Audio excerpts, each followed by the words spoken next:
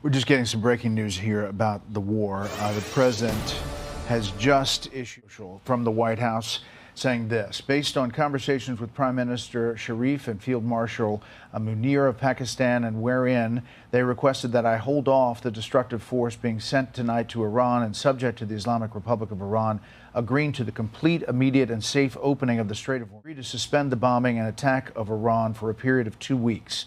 This will be a double-sided ceasefire.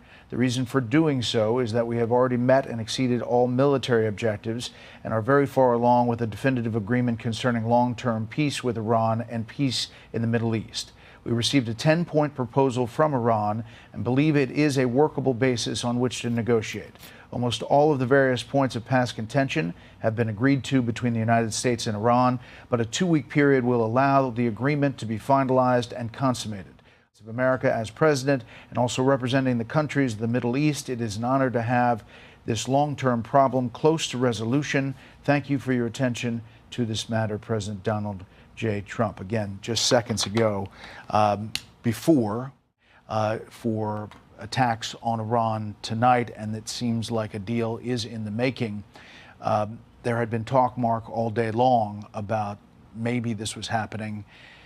How do you see this, and how does it play politically? Well, I think the president had to do it if he could get terms that include an unconditional opening of the strait, which because it sounds the markets like he's gotten. Had to look at that and say. He has to do it because, look, people are, in my latest poll, 51% support the war, 54% said it was justified, percent said if he could get a good deal, he should take it. So I think it's a risky 2-week period because it enables them to regroup. But on the other hand, the president, if he thinks he has a real opportunity to come out with a negotiated victory, then I think he had to do it. A lot of people got, really energized about some of the things he posted about, annihilation, civilization. But now he's coming with this deal, Kellyanne. 11th straight year of them in high dudgeon about everything he writes and says. He said he doesn't care about his critics, but he does care about getting peace and a just cause here. He does care about oil flowing again. If he gets a deal, the ultimate deal maker, part of how he wins these elections, Brett, then that will matter to people. There's one group that he's not mentioning at all, and they're called Europe and NATO. It's really fascinating what's happened there in a short amount of time. You even have Vladimir Zelensky running around in these Gulf state countries saying, I'm not getting weapons, I'm giving them intelligence for the last couple of years in this war with Russia. It's really fascinating what's happened there in short order. NATO's coming to the White House tomorrow. I think Mark Rutte, the Secretary General himself, has forged a good relationship with Trump, but the NATO countries have not, and he's not even mentioning them as part of this deal. This is all about the countries around Iran. Look, this is what we expect from presidents. You're not going to get a good deal unless you pressure, and they think that you're serious.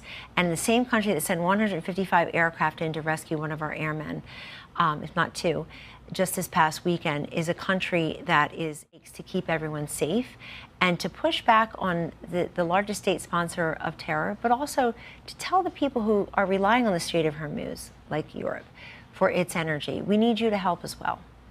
We just did this breakdown of how much flows through that strait. It's remarkable. Our oil does not as much, but fertilizer does. It's a big part of the world economy.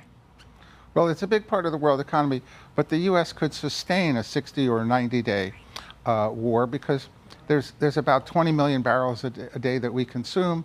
$50 extra, it's about $1 billion a day, a small amount relative in a $30 trillion economy. So we could have withstood it, but on the other hand, I think the markets are going to react very well. And I think, remember that scene from Patton, where Patton goes crazy, and his aide says, the men don't know when you're kidding or when you're not. And Patton says, it's not important for them to know, it's important for me to know. Yeah. So I think we see that today, that the president was tough, he put pressure on Iran, and it looks like they're caving. So just to reiterate, for viewers who may just be tuning in, the president has just put out a Truth Social saying that there is a deal in the works with Iran, a 10-point plan, negotiating a settlement that includes the immediate opening of the Strait of Hormuz.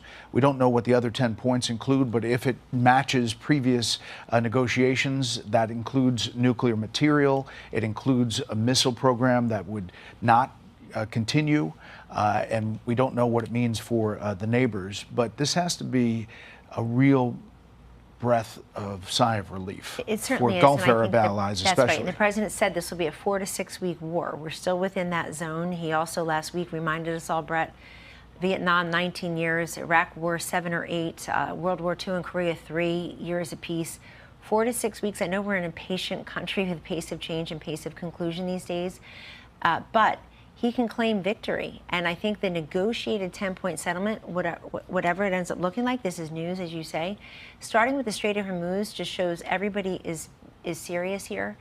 And I think that this will be part of his security and affordability agenda in ways that are very important.